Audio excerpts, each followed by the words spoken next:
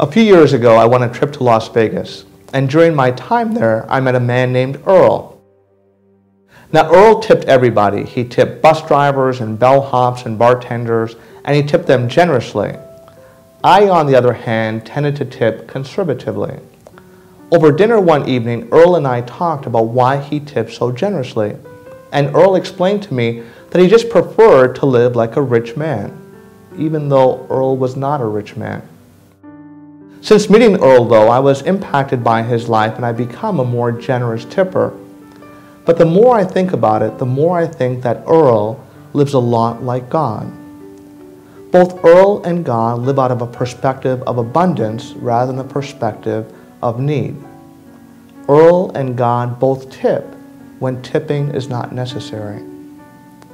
One of the wonderful things about being here at St. Thomas is that we have people here with varying degrees of financial resources. But all of us here have a limitless font of love and praise and kindness and forgiveness to offer the world. Now, sometimes our love is rejected or our kindness is taken advantage of, and we become miserly with our love. Thank goodness that Jesus reveals to us a God whose love is not dependent upon the response. The envy and jealousy of King Herod or the inhospitality of the innkeeper does not stop God from blessing the world with His Son.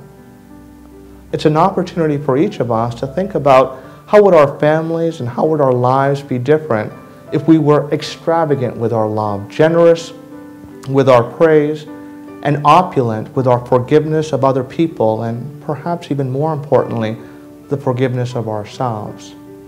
This Christmas, let us all try to live a little bit more like God and like Earl. Merry Christmas to you and your family from all of us here at St. Thomas.